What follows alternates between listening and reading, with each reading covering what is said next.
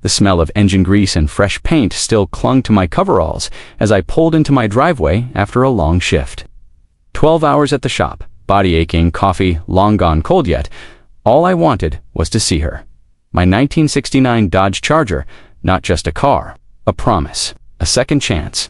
For 18 months, I'd rebuilt her from a rusted-out shell into something alive, deep black paint that swallowed the sunlight, chrome that gleamed like silver fire. I hit the garage remote, the door groaned open, and in that moment, my peaceful evening exploded. Before I could step out of my truck, police sirens wailed in the distance. 2 patrol cars screeched into my driveway, lights flashing like a scene from a crime drama.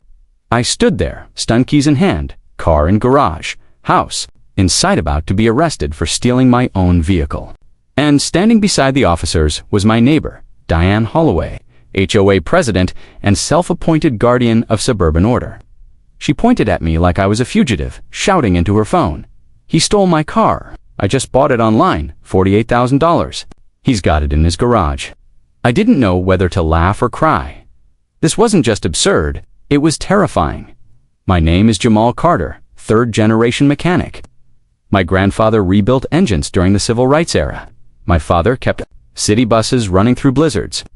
I grew up with wrenches in my hands and pride in my work.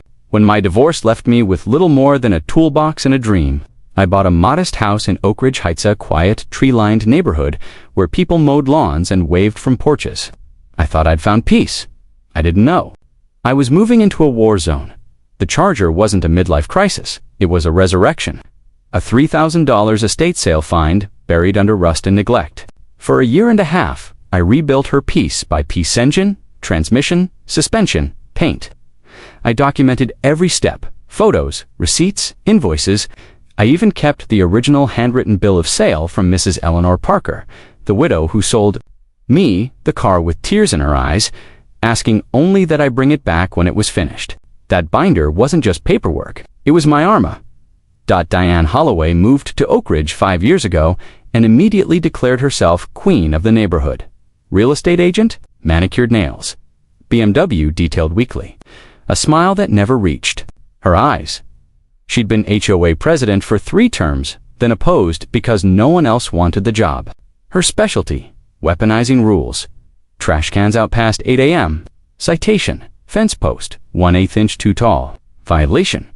She once showed up with a ruler to measure my grass, which she claimed was exceeding the 2.5-inch limit. Just maintaining standards, she said, like she'd invented order itself 2 weeks before the garage incident. She marched over while I was bleeding brakes. "There's a noise ordinance," she said. "No power tools after 6 p.m. I stayed calm. "City code allows hobby work until 9, I said. "I can show you the document." Her smile froze. "We'll see about that," she snapped. This kind of industrial activity affects property values. The way she said industrial activity, you'd think I was running a factory, not restoring a classic car. The day everything blew up started with Diane's monthly pool party. I could hear the laughter, the clinking glasses, then her voice cut through. "Oh, that's my new Charger. Just bought it from a dealer in Colorado. $45,000, but worth every penny." She was showing photos of a car identical to mine. My wrench clattered to the floor. That afternoon, I took the Charger out for a spin. The V8 roared like thunder. When I returned, Diane stood in her driveway, arms crossed, face flushed, staring at my car like it had personally offended her. That night, I'm betting she spent hours online building her delusion brick by digital brick convince that somehow, some way, I'd stolen her imaginary purchase. By Saturday evening, she'd transformed from annoying neighbor to full-blown accuser. When the police arrived, Officer Reyes, veteran with calm eyes, approached while his partner, Officer Kim, took notes. "We got a report of a stolen vehicle," Reyes said. I almost laughed. "This is my car," I said, "in my garage." At my house, Diane stepped forward, phone in hand. "That's him. That's the car thief. I just bought that exact Charger yesterday for $45,000. I took a breath. My father always said, documentation beats desperation every time.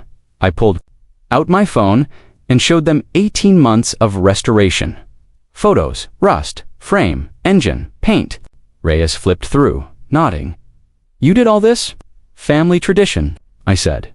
Meanwhile, Diane shoved printed photos at them generic dealer images. No VIN, no invoice. I wired the money yesterday. They're shipping it this week. Officer Kim examined her evidence with the enthusiasm of someone reviewing tax forms. Do you have a bill of sale? Wire receipt. Dealer contact. Diane's face turned red. It's being processed, she stammered. While she floundered, I went to my workbench and pulled out my 3-ring binder registration. Insurance? Receipts. Then, from the back, the yellowed legal paper. 1969 Dodge Charger ASS. $3,200 cash. Buyer assumes all responsibility. Signed by Eleanor Parker, Reyes studied it like a sacred text. This is the original sale, he said. Eleanor passed. Last winter, sweet lady. Silence fell. Kim closed her notebook. Ma'am, this gentleman has clear chain of ownership. Your evidence appears to be internet printouts. Reyes' tone shifted. Ma'am, filing a false police report is a misdemeanor. I've seen people get real jail time for knowingly lying to law enforcement. The color drained from Diane's face. There must be a mistake, she whispered, but her eyes told a different story. As the officers left, I saw her watching me through her window, cold, calculating. This wasn't over. It was just beginning. Monday morning, I found the first violation notice in my mailbox. Unauthorized commercial vehicle storage. 200 fine, 48-hour compliance. My work, Van Carter Auto Restoration. On the side, suddenly a blight. Signed, by Diane, I counted she, passed my house 17 times that week on her jog. I dug into the HOA bylaws and county records. My van was bought in 2019.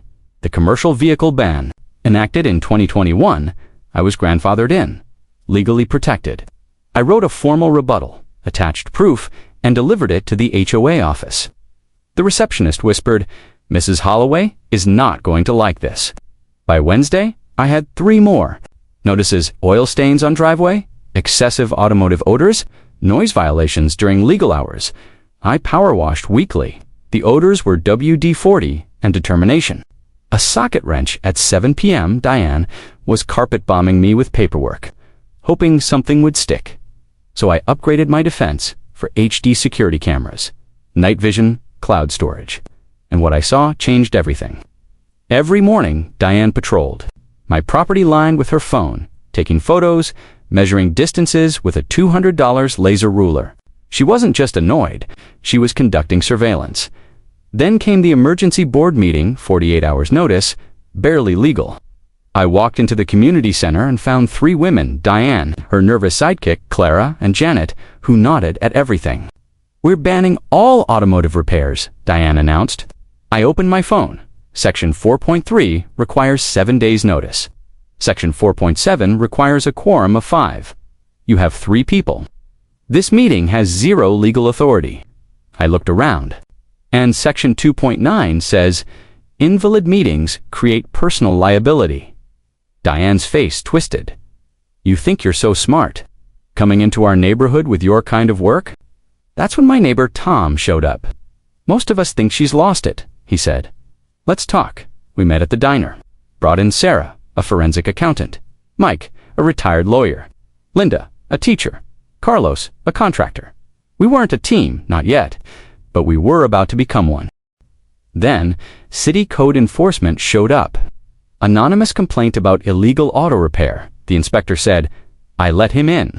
He looked around spotless garage, tools organized, no customer vehicles. You're golden, he said, but I've been here 4 times this month. Same voice, different complaints. Lady needs a hobby, Diane escalated. She filed a complaint with my insurance company, claiming my garage was a fire hazard. My agent Bill came to inspect. He spent 10 minutes admiring the Charger's engine bay. Someone's trying to screw with you, he said. Your setup exceeds commercial safety codes. Progressive sent Diane a cease and desist letter. Stop filing false claims or we'll prosecute you for fraud. Then she launched her nuclear weapon. The Oak Ridge Watch Facebook group, her first post, just concerned about community standards. Some activities might belong in industrial zones. Photos of my van. Comments poured in. Some defended me. Others stayed silent. She started deleting dissent. That's when the neighborhood snapped. People were furious. Then came the nails, 24 roofing nails scattered across my driveway at 2 a.m. My cameras caught a figure in a hoodie. The walk was familiar. Officer Kim treated it as a serious threat. Document everything, he said. These cases escalate fast. Reviewing footage, I noticed Diane's reconnaissance missions measuring angles, photographing shadows. This wasn't random, it was strategic then. The anonymous letter. Your kind doesn't belong here. Leave or face consequences. Paper matched HOA notices. My divorce lawyer confirmed the printer watermark. Detective Kim reviewed it. Anonymous threats can be prosecuted as hate crimes, she said. We're building a case. That night, our group met, again now 6 strong. Mike had been fined for unapproved mailbox font. Sarah for culturally inappropriate landscaping. We realized Diane wasn't just targeting me, she was a predator. She'd harass families until they sold low, then use her real estate license to flip the homes for profit. 3 families had already fled. I went to the courthouse, buried in dusty boxes. I found the truth. Diane had embezzled $112,000 from the HOA. Oak Ridge Landscape Sol registered to her address, payments to her ex-husband's law firm. And the final twist, her own house was in foreclosure. She hadn't paid her HOA dues in over a year. We launched Operation Accountability. Carlos installed cameras on every house. Linda created standardized incident reports.